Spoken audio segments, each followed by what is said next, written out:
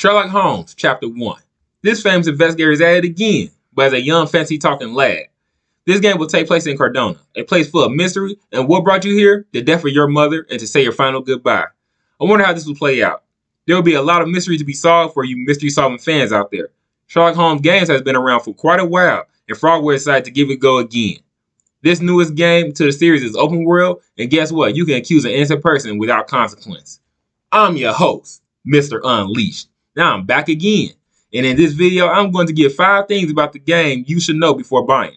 Remember to hit one of those buttons, and to subscribe for more reviews and game information on your favorite first-person shooter, player versus player, and massively multiplayer online games. And welcome to Mr. Unleashed World.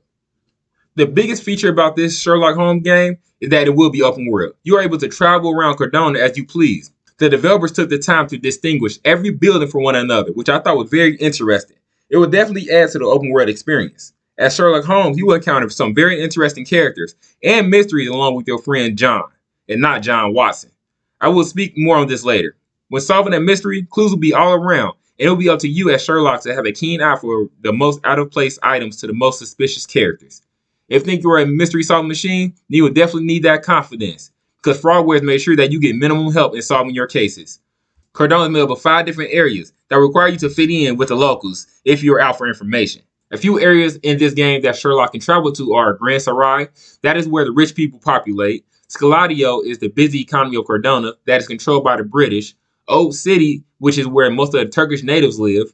Miner's End is the poorest area on the island with worn-down buildings and the location of a silver mine. Might not want to dress too fancy for information there. Lastly, Silverton, the industrial area of Cardona. While traveling around Cardona, you are with your childhood friend John. John Watson is, of course, the main aide to Sherlock Holmes, but in this time frame, John is someone else. So who is Jonathan in this game? A person that tags along and helps with cases. He also keeps tabs on Sherlock by taking notes and judging your decisions as a detective. The relationship between John and Sherlock can be affected by the player actions throughout the game. From the gameplay walkthrough footage I saw, John had a presence, and I'm sure it will evolve as the game moves along. It should be interesting if John's evolution as a character would depend on how you and his relationship progress as the game play out. Could be a hidden idea there. Since you are an outsider to Cardona, getting information won't be easy, and this is where the customization comes into play. So far I know, there are only 2 customizable features in this game.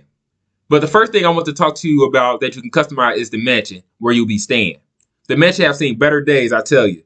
But as the game progresses, you are able to purchase items to spoof up the residence. From the way it looks, I am pretty sure players will be doing it. The other customization in this game is the clothes you can buy from vendors. There are multiple styles that will be worn as you play as Sherlock Holmes. After completing cases and challenges, you can be rewarded with money and items such as clothes. There are also special difficult challenges called bandit layers.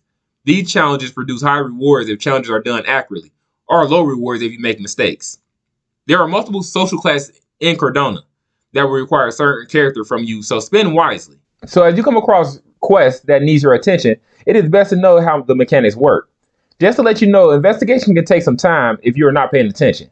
Concentration mode is what is used by Sherlock Holmes when looking at an item or object. While in this mode and observing a suspect or an item of interest, there will be an object meter on the screen to show you if you collected the clues.